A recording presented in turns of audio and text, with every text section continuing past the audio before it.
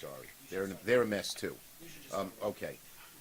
So why are we here? Well, to say that there is just minor turbulence at Newark Airport and the FAA, that would be the understatement of the year. We're here because the FAA is really a mess. This mess needs a real forensic look, a deep look into it. We know that airlines have been canceling flights. We have ATC folks giving warnings. We have a 1990 technology being used in 2025. And we have safety issues, plain and simple. So today, I'm demanding a full Inspector General investigation as to what went on. I have asked the Office of Inspector General to thoroughly investigate what's going on at Newark and in the East Coast so these problems don't get worse and spread all across the nation. The chaos at Newark could very well be a harbinger if issues like these aren't fixed and if the FAA can't get real solutions off the ground. What are some of the problems? First, there's an unresolved and nationwide air traffic controller shortage. Second, DOGE hacked a chainsaw and fired many people at the FAA who have not been replaced. 3, the technology is old and must be updated.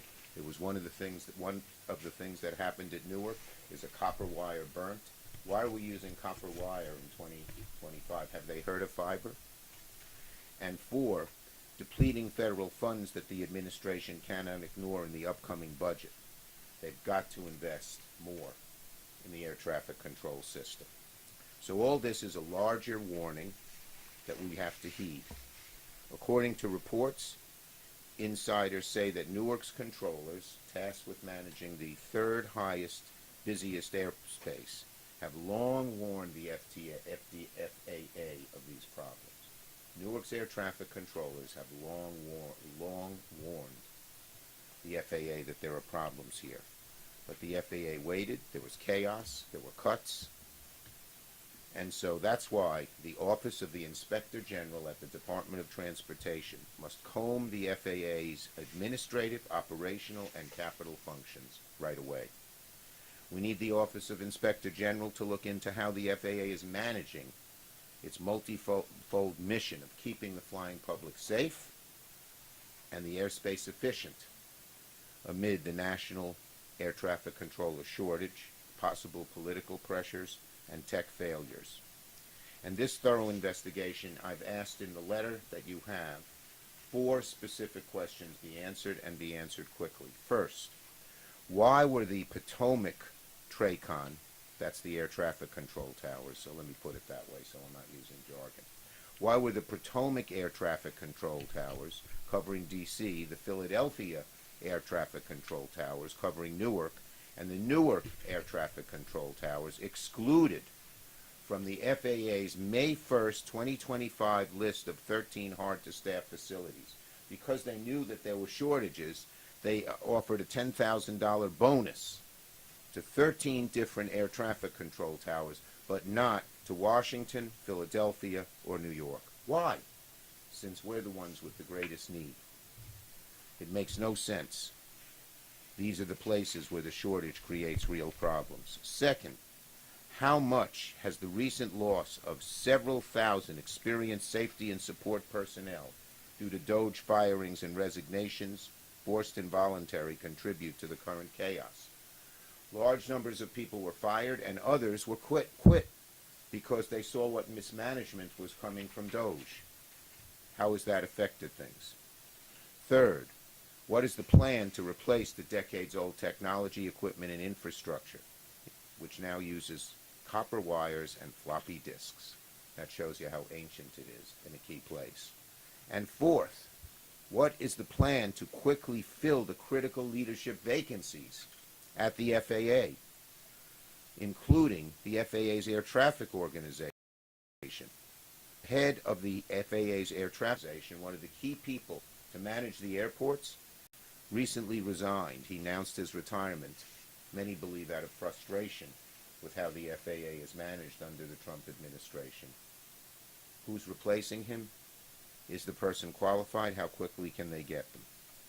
So who is guiding the agency runway here? Where is the competent leadership? Look, Newark Liberty, the airport, will continue to grapple with very significant operational disruptions if the critical shortages of air traffic controllers continues without a solution. And longer term, other airports in the nation will have the same problems we've seen at Newark if nothing is done. So we need a thorough forensic look. We'll take questions on this subject. Yes. Hi, Senator. Two questions. Have you had any direct communication with either Secretary Duffy's office or President Trump on this? Obviously, the airport's not working, serves no one, regardless of party. And why ask for an Inspector General's report when you know the Trump administration has fired a number of staff in the various offices? Look, the Inspector General is supposed to be an independent agency. That's their job, to look into this. They're familiar with what goes on there. The Inspector General is the appropriate place to have an investigation. And my office has been in touch with the FAA on numerous occasions about these problems. And what have they said, if you could shed some light on this? They're not saying much. That's the problem. Yes. Two questions for you, Senator. One, the CEO of United Airlines has said that about 20% of Newark's controllers walked off the job over the last week or two. Wondering if you know why they did that and whether they're back, what the status of that is. And the second question I have for you is, as you know, last year the FAA moved a group of air traffic controllers from Long Island to Philadelphia. We reported last fall that that move within the first 2 weeks caused about 800 flight delays at Newark. Should that have been a red flag for what might happen? Yes. I think moving to Philadelphia, which the FAA wanted to do, made the problem worse. It was still bad, but it made it worse. And that has to be looked into by the Inspector General. And as for the first, I don't know the answer for why they walked off. Okay? All right, I'm going to get in the car and go to D.C. right now. Senator, we were promised an update on the 9/11 health fund. Yes, you were. Okay. You were. Senator, I Okay. think you should talk first. You did speak with Yeah. Okay, so yesterday I spoke with two of the people who were fired from the 9/11 Health Organization, one a doctor and one who does intake of new people who have cancers that might have been caused by the smut that was in the air after 9/11. And it is outrageous. It is outrageous that they fired first 16 people, now another 16 people, and people who need help, who are heroes, who rush to the towers, every day are coming down with new cancers and new illnesses. And if the air traffic, and if the 9/11 Health Organization doesn't have the personnel, these people are going to get sicker. It's just outrageous. And we are demanding, first, we are demanding that these people be rehired. But second, we're asking our Republican congressmen who have twice, I don't begrudge them, they're trying to help, Garbarino and others, but they've twice gone to the gone to the administration and asked that they be rehired. They came back and gave us assurances they'd be rehired. Not only were they not rehired, but another 16 are now fired. So I believe that these Republican congressmen should say they are going to withhold funding from next year's budget and not vote for it unless money is put in for these folks. Leader Schumer, may I ask you quickly about the crypto bill, since it's one of your next tasks in Washington? What amendments are you seeking? We're discussing it. As you saw, nine senators sent a letter saying they need some amendments. I believe we need some amendments. One of the things I'm focused on is Tether, which is an overseas company that, according to reports and intelligence documents that I've seen, has laundered money to very bad places. Okay? Would President Trump have to be kept from personally profiting? I'll leave it at the Tether right now. Okay? Okay, we're checking other amendments as well. Thank you. Okay? Thank you, everybody. Thank you. Thank you.